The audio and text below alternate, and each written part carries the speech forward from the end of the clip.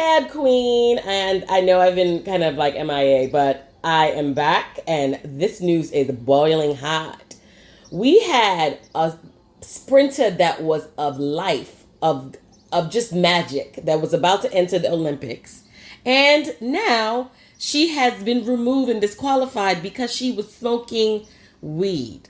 And the circumstances that came around her smoking the weed was, it's something that you can't forgive. But I'm like, why would you jeopardize your career like this? Why would you do that? Why? We know there's certain rules when it comes to track and field. We know that there's certain rules and we need to adhere to those rules. But after you've worked so hard, God knows where what she's gone through in her life and what has happened. And she worked so hard to be a superstar. And then this happens. Oh, Charlie, this is horrible. Sha'Carri Richardson is now on a suspended, and the Olympic is almost like 2 weeks away, 3 weeks away or something like that. Who knows if she'll be able to even run her category. Hopefully she gets to do the relay.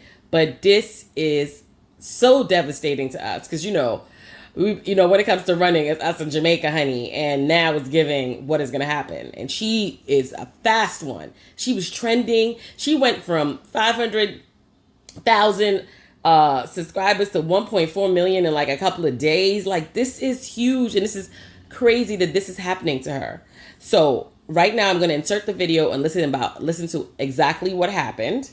Okay. And then we're going to come back and discuss why this is something that we have to work on. Sha'Carri, I just want people to understand where you're coming from, and tell me if this is correct. But it was a few days before your big race in the trials, you found out that your biological mother had passed away. You found out when a reporter told you, and it was after that you ingested some kind of marijuana. I should mention, you were in Oregon. It's legal in Oregon. You didn't violate any law, but it was against the rules of your sport. And as you said, you knew that. But is that what happened? Is that how this unfolded? Honestly, yes, that is the story. I had an interview scheduled with my agent. I knew I was having an interview. I knew going into the interview, I was just thinking it would be a normal interview, and then on the interview to hear that information come from a complete stranger was definitely triggering, was definitely nerve shocking, because it's just like, how are you to tell me that? It's like, and no offense against him at all. He's just doing his job, but definitely that sent me in a state of mind, in a state of emotional panic, if anything. And still knowing that even though I'm here, I still have to go out and put on a performance for my dream, go out there and still compete to what it is. So yes, definitely triggered, and from there just blinded by emotions, blinded by sadness, blinded by just hiding hurt, honestly, for the fact that I know that I can't hide myself. So at least in some type of way, I was just trying to hide my pain. Yeah.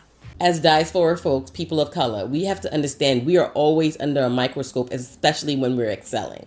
And we have to be cognitive. I know it's hard when you're going through something and surrounded by something that you don't fall right back into old habits. But when it comes to you doing a race and you're about to represent America, girl, it is really time to step away from the drugs, honestly, because we know that it jeopardizes your career. And there's only a small window as an athlete for you to excel because of injuries, because there's a cutoff point. Olympics is every 4 years.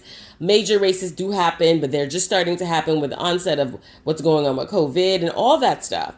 And I feel so sad for her, like she's my sister, because this is not something that she should be going through, but she is, because she made a decision in haste when she should have just waited. And I'm glad that it wasn't anything like steroids or anything, because, they'll throw the brick at you for that. But now that weed is legal, though, why are they pushing it? And she was in Oregon when she took it, so it's legal in Oregon. So I'm just trying to find out what their details are, because if it's legal, maybe there's a loophole we can find for her. Sha'Carri Richardson, we're rooting for you. We hope this is a nice lesson. Remember, when you are given blessings, do not let outside influences, any influences influence you from blocking your blessings. Because, baby, you are hot. Endorsements, everything down the line. We don't want to mess that up. We want to keep shining as Black people, keep moving, keep running. And she's at least she's also very cognitive. Like, I did this and I shouldn't have done it and I knew better. And so some people are like, oh, something happened, or given a like fake story or whatever. She's very cognitive and very, very apologetic about what happened. So let's hope that they give her a chance. Tell me what you think about the Sha'Carri Richardson story. How did it affect you? What do you think about it? How do you think that we can help her? You know what I'm saying? Besides spreading the word. But it is trending right now. And it was only weed. Y'all, it wasn't any steroids. So let's keep heads up. And I'll keep you guys posted on. Make sure that I am posting more on Gab Queen and giving you the latest gists and stories and how I feel about things. Okay? Make sure to like and subscribe. It's the Gab Queen.